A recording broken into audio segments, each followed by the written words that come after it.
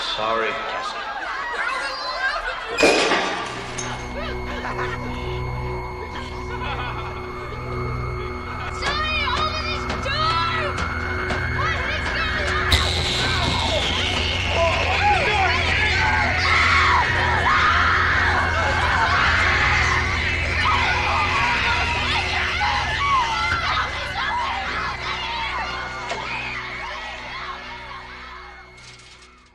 Carrie White is an iconic horror character created by Stephen King. While not a malicious or evil character like many of the killers included in Dead by Daylight, she is very much still a mass murderer. Similar to other killers like Spirit and Sadako, she is a victim-turned-monster, filled with rage from the injustice she was delivered every day till she eventually broke. She very much fits into the game and would make sense as a hand-picked killer by the entity, who feeds on intense emotion just as much as it does fear, and Carrie is overflowing with it, making her a very nutritious snack for the entity. If she perceived the survivors as laughing at her, it would not be much of a stretch for her to want to see them be killed and even in pain. And no, her being a teenager does not disqualify her, as Matthew, pretty good job so far, Cote himself has said they would do an underage character if they felt it fit.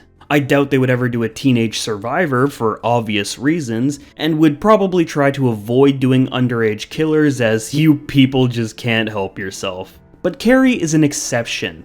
What's great about Carrie besides her haunting look is her powers, and how that would translate into a match of Dead by Daylight. She uses her telekinesis to move objects around her, flinging small objects, shattering lights, and closing doors.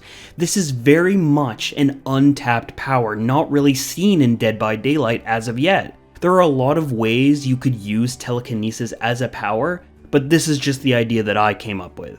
Carrie's kit would be the first version of a ranged trap killer, or a hybrid of both. We have some powers close, like the artist placing birds to be launched later, but they don't really last that long before disappearing, so I consider them much closer to a zoning tool than an actual trap to be laid out and used later in the game. Reminder that all these ideas are purely speculative. If they were able to be tested, a lot of this power would probably change in some ways. So don't focus too hard on the numbers, but more of the ideas of how gameplay would feel to use and play against Carrie. These are just ideas, not unchangeable certainties. Carrie comes into the game as a short height killer with a 32 meter tear radius at a movement speed of 4.4 meters a second, or 110% movement speed. Her title is that of the Prom Queen.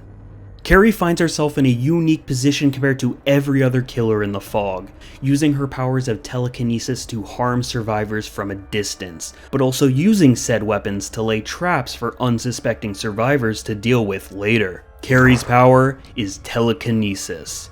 Carrie starts out in the trial lifting two small kitchen knives on the left side of her screen, constantly rotating, always making movements. While on her right side, she has a stationary but larger knife used for basic attacks, and only ever basic attacks. The difference between the two knife types, besides size and some cool tricks, wow, look at it go, is the smaller knives can be used as projectiles to be launched out in a straight line wherever Carrie is aiming, damaging any survivor in its path. The knife's trajectory stays straight until it's traveled 16 meters, leaving Carrie's telekinetic range, losing speed and falling to the ground. Survivors looking to avoid being injured by these projectiles should keep their ears and eyes open for the attack's signifying sound effect. Paying attention to this will let survivors know to dodge out of the way of an incoming knife. Once that sound plays, a knife will always be launched or pulled immediately after. Unlike other ranged killers where their projectiles disappear from the trial after collision with an object or survivor, Carrie's knives will always stay active in the trial in one form or another. Scattered around the trial, these knives can be found stuck in walls and many varying objects, waiting to be interacted with by either Carrie or the survivors who stumble across them. Much like the trapper's bear traps, these interactables are always existent and can be moved around to set up for ambushes or even a stockpile of ammunition. These knives, while not in Carrie's control, be in one of 3 states of existence, known as lodged, dislodged, and impaled. Lodged knives are those that can be found in walls, downed pallets, and even generators.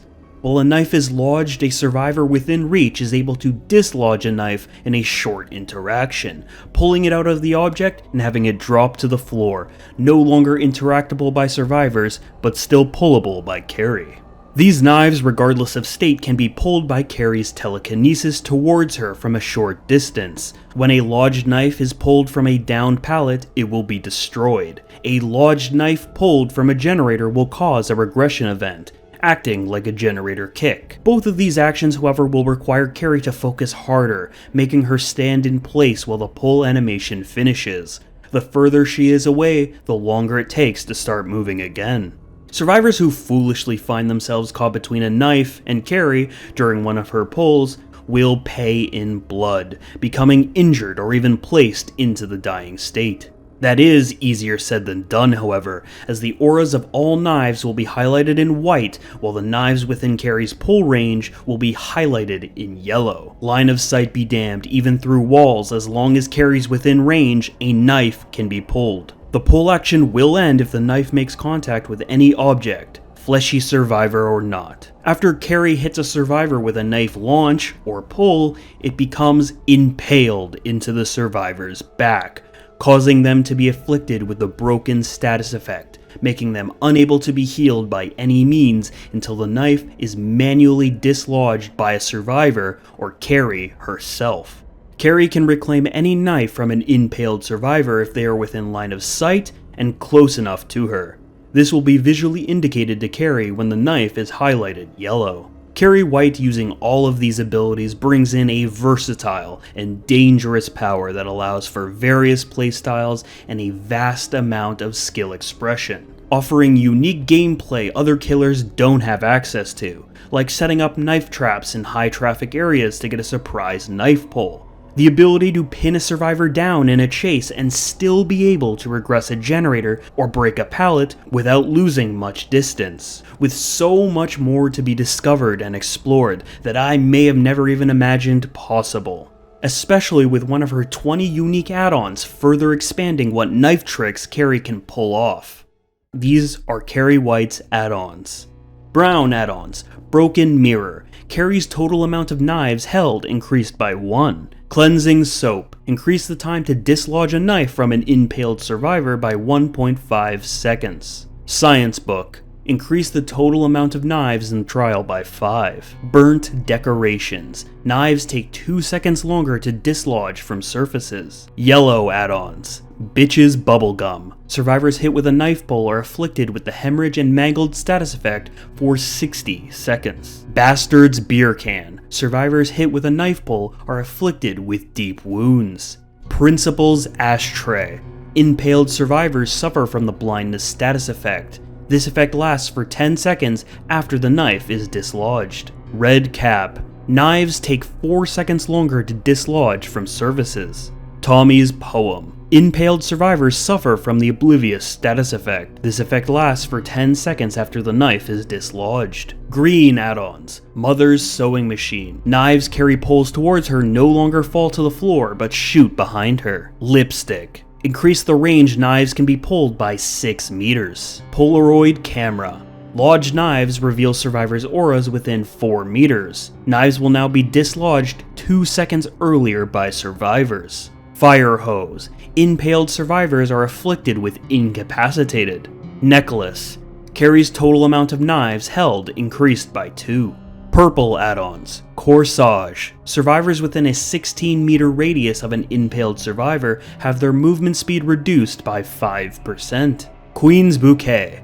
Knife pulls will increase Carrie's movement speed by 5% for 3 seconds. Homemade Dress. Survivors dislodging knives will scream out, revealing their location. Prom Ballot. If 2 knives are available, they will be launched at the same time in a cone-like shape.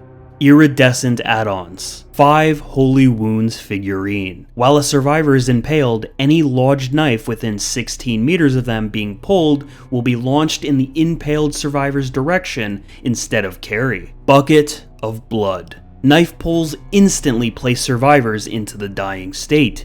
Carrie's max amount of knives held cannot be increased past 1. Carrie comes into the trial with 3 brand new perks. Seeing blood for the first time is a life-changing experience, and maybe even a life-ending one. First blood. The first time a survivor becomes injured by any means, they are afflicted with the broken and hemorrhage status effect for 120 seconds. This effect stays active even after being hooked or placed into the dying state. Survivors can still be healed from the dying state. It hurts not to be seen by others, but it hurts a lot more getting close to them. Social isolation. After a survivor is placed into the injured state from the healthy state with a basic attack, they are afflicted with the blindness and enshrouded status effect for 40 seconds. Enshrouded means an afflicted survivor's aura cannot be revealed to other survivors by any means. Coming within 6 meters of a fellow survivor while this effect is still active will cause them to scream, revealing their location. This perk can only be active on 1 survivor at a time. If an afflicted survivor is placed into the dying state, this perk goes on a 20-second cooldown, but will be immediately usable after the 60-second timer ends. You can only push someone around so much before they snap and make you regret it. One too many. After being stunned or blinded 3 times, cause all survivors within your terror radius to scream, revealing their location, becoming incapacitated, and being afflicted with a 5% haste debuff for 10 seconds. And that was my Carrie chapter for Dead by Daylight. Most of the time I try and do a survivor, map, cosmetics, other things to round out the chapter concept. But with Carrie, I feel like doing her as a standalone killer would be the most realistic approach for the game, as none of the characters in the film I would really find interesting enough to talk about or make perks about. You could do it for a few of them, but I would be lying if I said I actually cared about any of them. The same thing goes for the map. You could do the burnt down school / football field, but once again, I'm not dying over it, and rather they spend that time on something else that would be a little bit more exciting for the game. Overall, I think it's about time to wrap this up, and I know I've been away for a long time, but I'm back again, and I have several videos that I've been working on during my time away that I'll be releasing pretty soon, with one massive series I've been developing for a long time. It's something I've been very excited to do, but has a lot of production behind it to get to a place that is good enough to show people. The first episode is going to be a trial run where I get your feedback on changes to make before I move forward with making more of them. I won't spoil it yet, but it's going to be the most ambitious project for this channel yet by a large margin. So I do hope that people respond to it and like it. So what do you think? Do you like this idea for Carrie, or do you have some other idea how telekinesis could be done in Dead by Daylight? You can always comment it down below. And if you want to support the channel and see more videos like this one, I would ask that you give this video a like, or maybe even subscribe. A second to you and a ton of help for me. But anyways, that is everything I have to say, so thank you all for watching. My name is Dusteroo, and I will see you all real soon. Bye-bye.